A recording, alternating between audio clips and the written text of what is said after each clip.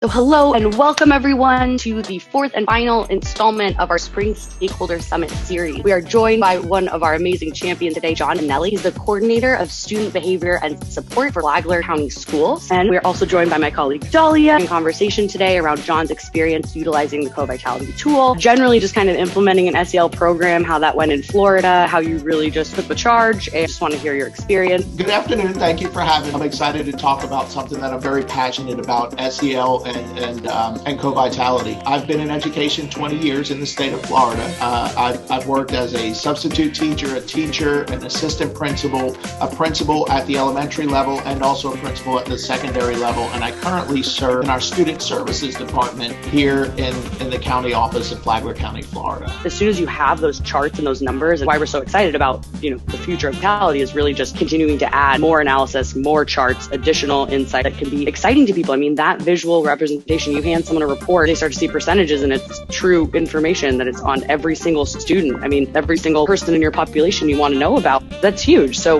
we're excited and hoping that continues to inspire that conversation and help that rapport build taxonomy, that Bloom's taxonomy, thinking how, this is sort of the whole CoVitality paradigm, right? We're the people that took the traditional way of looking at things. Like, we know that's important, right? We're not saying deficit-based assessment and that assessing students who have this needs is not important. But what we're saying is that is what we were taught traditionally. We know that, but the issue is now when we try to reverse that paradigm, we look at things from a positive perspective, right? We're looking at Maslow, we're taking that humanistic, that holistic view of the child, right? Learning from one another. So moving forward, what would you like to see your ideal world? You've got all this great data and we're going to, meet our needs of students coming back in the best we see fit. Like, what is and I like to ask everyone this question for the record. I'm not putting you on the spot here. What is your dream future, of social emotional learning, not just in Florida? If Florida continues to snowball, right? And this big system can kind of, we can all learn from each other. What would that look like in terms of supporting students to the best of our ability? I'll tell you, I think it really looks like building strong relationships between our students and our teachers, between our teachers and our parents.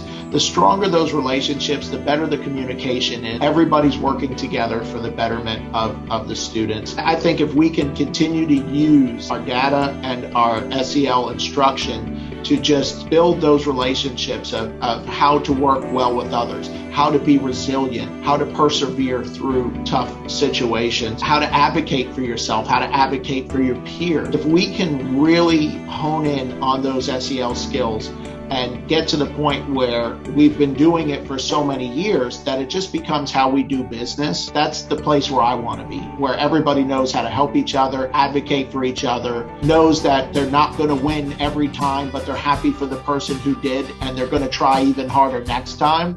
That's where I want to be. Very, very well said. Very well said. That sounds pretty ideal to me as well. It's my favorite question because it really just gets part of, that's why we're all here, right? I mean, you obviously have a lot of other responsibilities in your role. Obviously, the landscape looks differently probably prior to when you stepped in, and especially now because of COVID. So really, it just gets at that whole essence of, like, this is a passion. There are passionate people out there that all really do see the same very clear and logical conclusion, which is just we need to support the whole child, all of their needs, and make sure that they know how to connect with one another and make it business as usual. And so I love it, so eloquent. I love the way you said that because it just kind of brings us full circle here to, really, this is why we're here.